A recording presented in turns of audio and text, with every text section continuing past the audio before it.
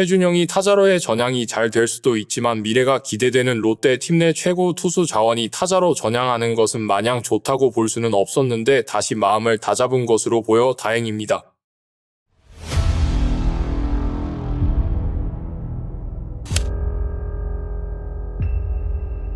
롯데의 자이언츠에 최준영이 타자 전향을 한다는 기사가 며칠간 쏟아지면서 에이 설마? 라고 생각하며 또 찌라시겠지라고 넘어갔었습니다.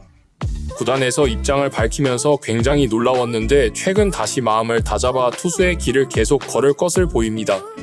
한번 타자로 전향을 고려하게 된 준혜영은 타자로의 재능이 보였기보다는 이때까지 투구하면서 조금씩 통증이 느껴졌다고 합니다. 최준영 또한 아프지 않고 편하게 야구를 하고 싶다라고 입장을 밝혔습니다. 전향은 선수 개인의 의지가 있기에 존중을 해줘야 한다고 생각하지만 아파서 통증으로 전향했다는 것은 롯데 구단의 관리 소홀 및 부재에서 비롯되었다 생각합니다. 통증이 수년간 느껴졌으면 관리를 하면서 적당히 기용도 하며 어린 선수인 만큼 관리를 잘 해줬어야 했습니다. 관리는 선수 본인의 몫이라고 관리를 스스로 못했다고 몰아가는 의견도 있지만 어린 선수가 관리를 한다고 해도 얼마나 할 줄 안다고 본인 관리 탓으로 몰아가면 안 된다고 생각합니다. 어릴 때 스텝진 더 나아가 구단에서 관리해준 것을 토대로 경험이 쌓이면 자신에게 더 적합한 방법을 찾아서 적용하는 것이지 처음부터 잘하는 선수는 굉장히 드뭅니다. 최준영은 183cm로 야구에서는 언더사이즈 투수이며 간혹 선수들이 착화 신장을 프로필로 올리는 경우도 있기 때문에 181cm일 수도 있습니다. 정확히 아시는 분이 있으시다면 댓글로 남겨주시면 감사하겠습니다. 그래서 피지컬이 체계적으로 잡혀도 맞골리면 안 되지만 잡히기 이전에 맞골리는 것은 굉장히 독입니다.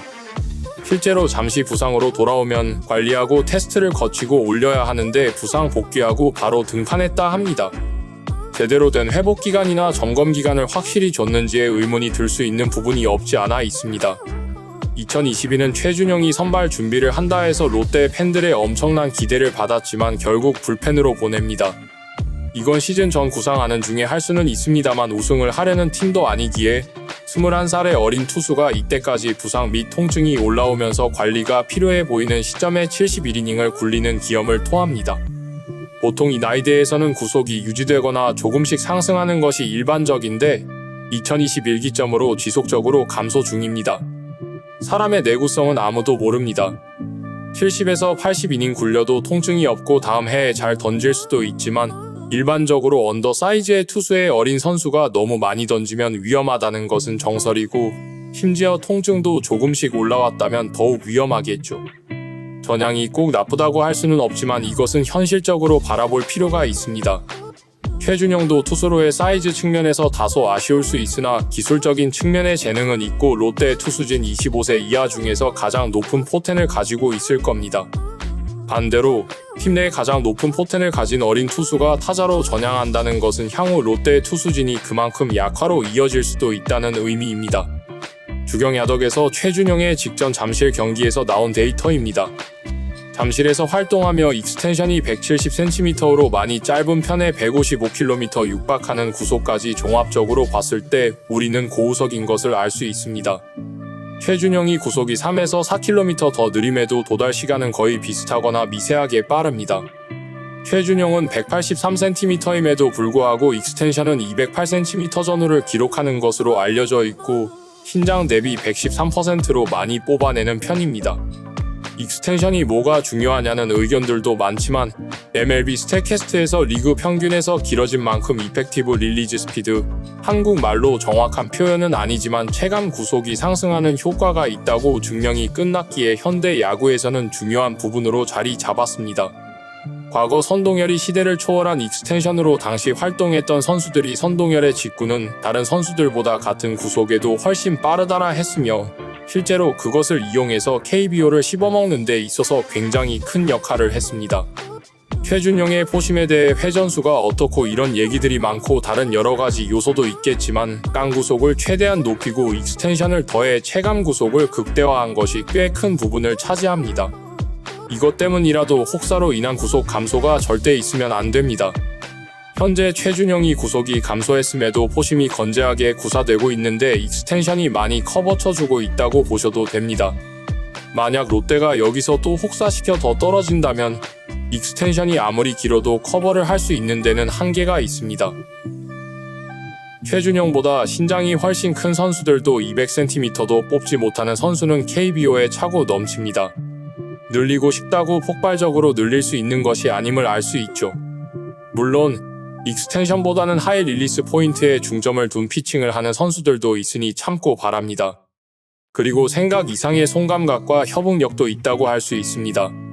근원이 어떻게 되는지 알 수 없으나 한국에서 투심 그립 잡고 횡으로 꺾이는 것 같거나 꺾이기만 하면 전부 스위퍼라고 하는 경향이 있습니다.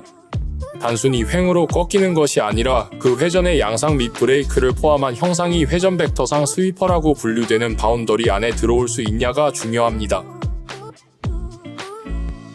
최준영을 보고 최근 스위퍼를 던지는 것 같은데 라고 하지만 그게 아닙니다. 스위퍼를 던지는 척을 하거나 가깝게 던지는 선수들이 꽤 있지만 오히려 최준영이 스위퍼를 던지고 있습니다. 원래는 흔히 우리가 아는 슬라이더의 대표적인 형태인 자이로 슬라이더를 던졌지만 이것을 버리고 스위퍼로 완전히 전환하게 됩니다. 전환하는 과정에서 밸런스가 흔들리는 경우도 있고 기간이 길어지는 선수도 있는 반면에 빠르게 전환합니다. 암슬롯을 고려해 팔이 뻗어 나오는 과정 그리고 손끝에서 공을 슬라이더에서 변주를 주듯 부드럽게 깎아내서 이로 인해 이런 자세한 설명은 차치하고 간단하고 직관적인 자료를 잠깐 보고 넘어가겠습니다.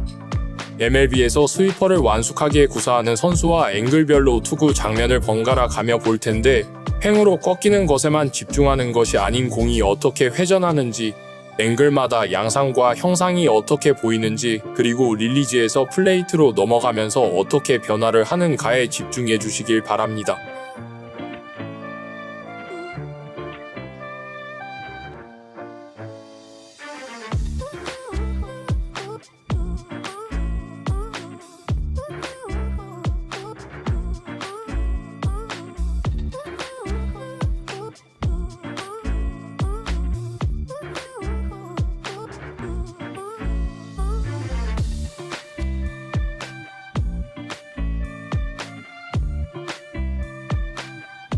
물론 2~3% 아쉬운 느낌이 들긴 하지만 전환한 지 얼마 안 됐기에 당연하고 이것을 감안하면 잘 구현하고 있습니다.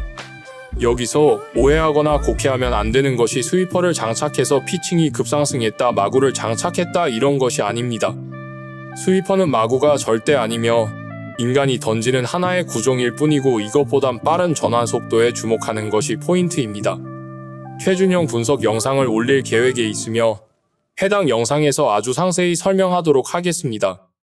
최준영이 타자로의 전향이 잘 될 수도 있지만 미래가 기대되는 롯데 팀 내 최고 투수 자원이 타자로 전향하는 것은 마냥 좋다고 볼 수는 없었는데 다시 마음을 다잡은 것으로 보여 다행입니다.